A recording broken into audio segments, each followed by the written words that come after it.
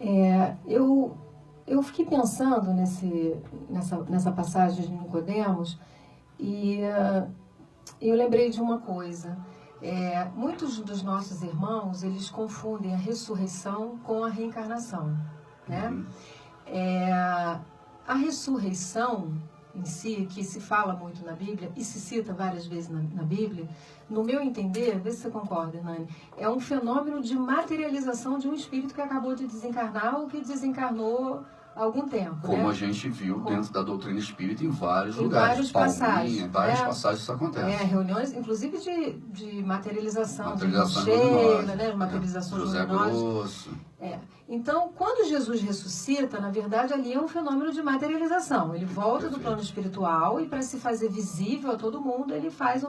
E é muito interessante porque nas passagens onde Jesus ele aparece fisicamente como Jesus, com todas as chagas, a Bíblia fala, e ele aparece de portas cerradas. Portas fechadas. De portas fechadas. Então, ele aparece ali no meio dos 12 com as portas fechadas, com tudo fechado. E a gente sabe que para fazer a materialização, a gente precisa de todo um ambiente. Quando Jesus ele aparece para os 2 mancebos que estão caminhando, eles não reconheceram. Por que eles não reconheceram? Porque provavelmente ele não estava com toda a capacidade de formar com aquela capacidade, o corpo biológico dele. Pois é. Ou até ele estava ali numa psicofonia com alguém, né? Porque ele falou assim, nós nos reconhecemos pelo modo de partir o pão. Ou seja, fisicamente, não lembrava Jesus. Né? Então, quando a gente olha essa passagem de Nicodemos, Jesus, ele está muito claro, em nenhum momento ele está falando da ressurreição, ele está falando de nascer de novo. Porque ele estava explicando como você chega ao reino de Deus. Ele estava explicando uma coisa que a gente ainda não tinha, que ali naquele momento a gente ainda não tinha visto, né? Que a gente ainda não tinha entendido como funcionava. Por quê? Porque na Bíblia, inclusive no Velho Testamento, estão cheios de passagens de ressurreição, de espíritos que voltam para dar um testemunho. Né? Mas não reencarnação. Mas não de reencarnação. Né? Reencarnação, ele fala com Elias, quando ele fala que Elias havia, ele já veio e você não reconheceu. Né? Mas da ressurreição em si, você tem muitas passagens e que as pessoas confundem, achando que em algum momento o que Jesus queria falar para Nicodemos era sobre a ressurreição, mas não é. São coisas diferentes. Então, quando Nicodemos vai falar com Jesus, Nicodemos ele tinha um conhecimento profundo da lei, inclusive da ressurreição. Perfeito. Ele sabia que os mortos podiam voltar. Ele só não sabia que esses mortos que voltavam, eles voltavam com uma nova oportunidade de recomeçar. Então, é isso que Jesus passa para ele naquele momento. Olha só, não só vocês vão voltar, como vocês vão começar do zero. Porque a gente começa do zero quando a gente reencarna. Né? Para que a gente possa estar flexível, né? Para que a gente possa receber as influências, né? Da educação, né? do meio. Né? O Hernani fala muito que nós somos... o produto de 3 forças, né? Explica aí. Que isso genética, né? Tudo que você recebe de herança quando nasce do seu pai e de sua mãe. Então, cor da pele, sua estatura, né? Seu biotipo, cor dos olhos, cor do cabelo, seu sexo. Tudo que vem de gameta, né? Masculino e feminino, e que gera DNA, é o seu código genético que você vai viver as provas e as expiações durante a sua encarnação, do momento que nasceu até o momento de desencarnar. E que provavelmente...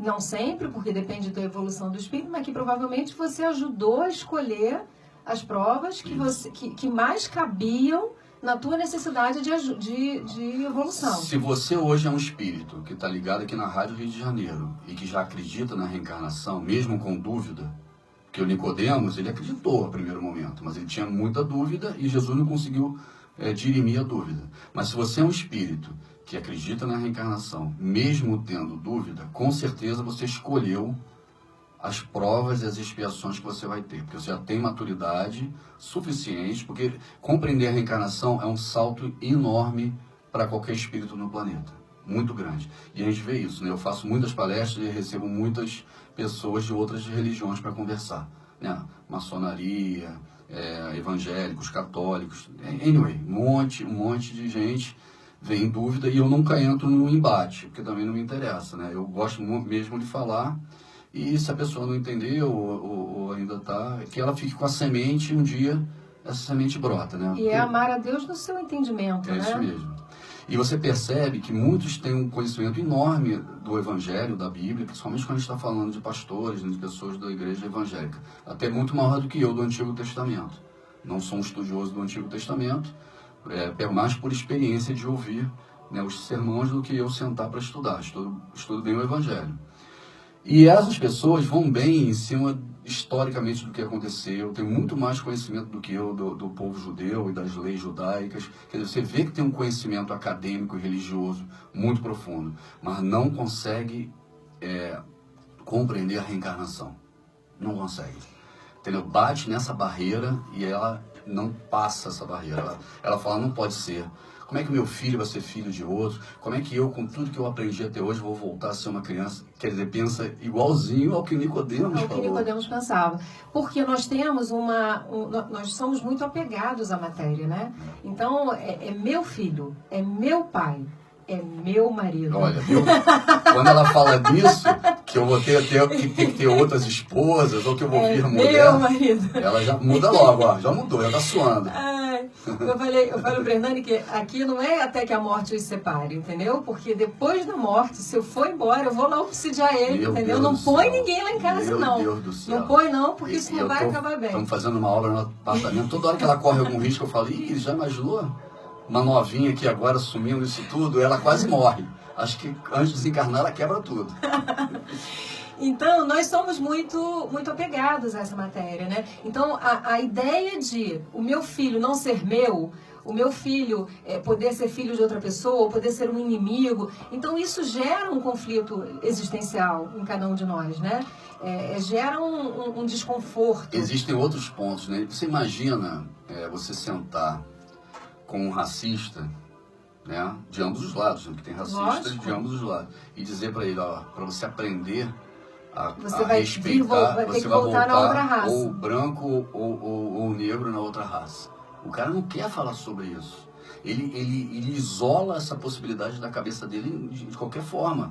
E é muito mais comum do que a gente imagina, principalmente num país com essas oportunidades que nós temos, entendeu? Isso é o tempo todo a gente está fazendo, trocando de cor, de biotipo, né? De religião, de sexo, né? O cara tem um preconceito enorme com o obeso, né? Com as pessoas mais pesadas, enorme. Ele tem um biotipo magro, provavelmente, ou faz uma dieta enorme. Ele vai vir numa próxima encarnação, naquela situação, para passar por uma dificuldade de biotipo, vai ter que fazer dieta, tem que fazer exercício o tempo todo. Porque é muito fácil a gente julgar, né, o que o outro tem que fazer quando você tem a facilidade genética.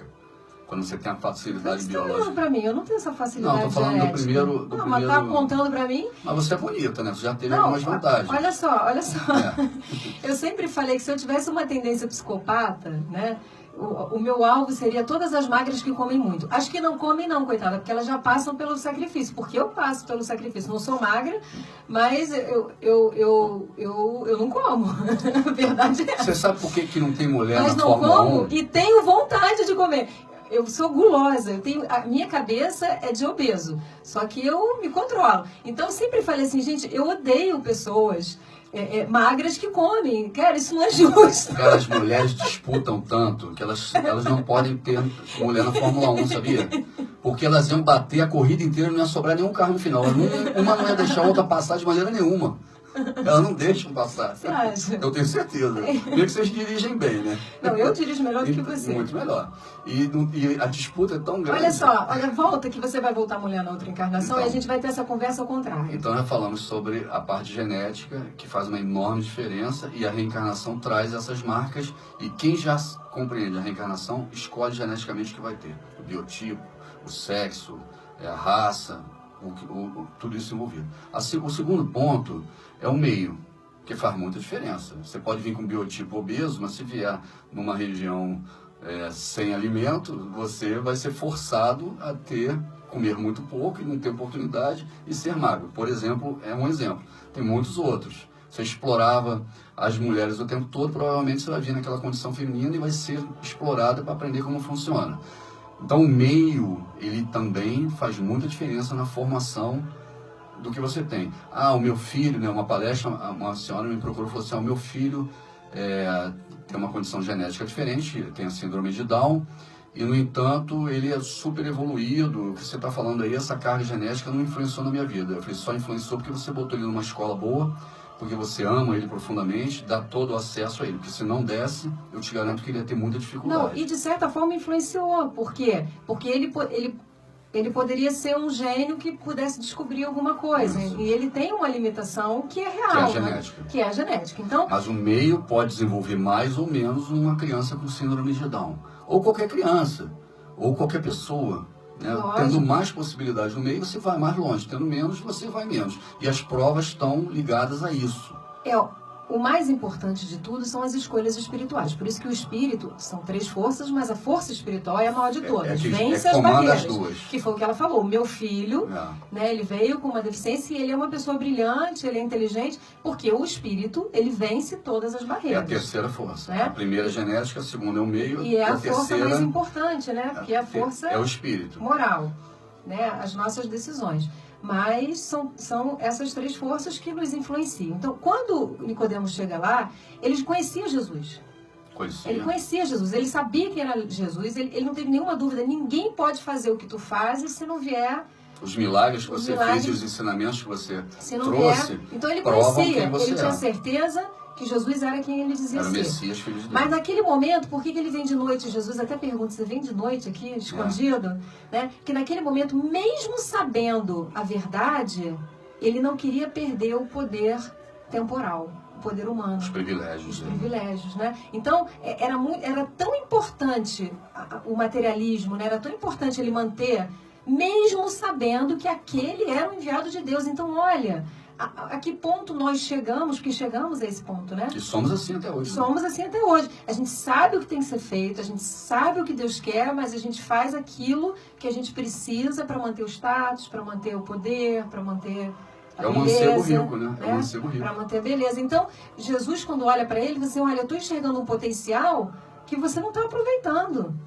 Né? Eu estou enxergando um potencial, e aí ele começa a falar, ele começa e fala assim, olha, eu não posso te falar das coisas do céu, você não está conseguindo entender nem as coisas da terra. Mas por que ele não está conseguindo entender as coisas da terra? Porque ele está preso, né, a tudo aquilo que a gente vem à terra para aprender a soltar, né? Chega a ser redundante. Porque a gente paradoxal, a palavra era essa, porque eu venho à Terra para aprender a me desmaterializar, né? Aprender a abnegação para evoluir, e a gente fica cada vez mais agarrado, né, nesse sentimento de posse que nos impede de crescer, nos impede de... Bom, tá gostoso, mas a gente tem que ir pro comercial, não saia daí que a gente já volta.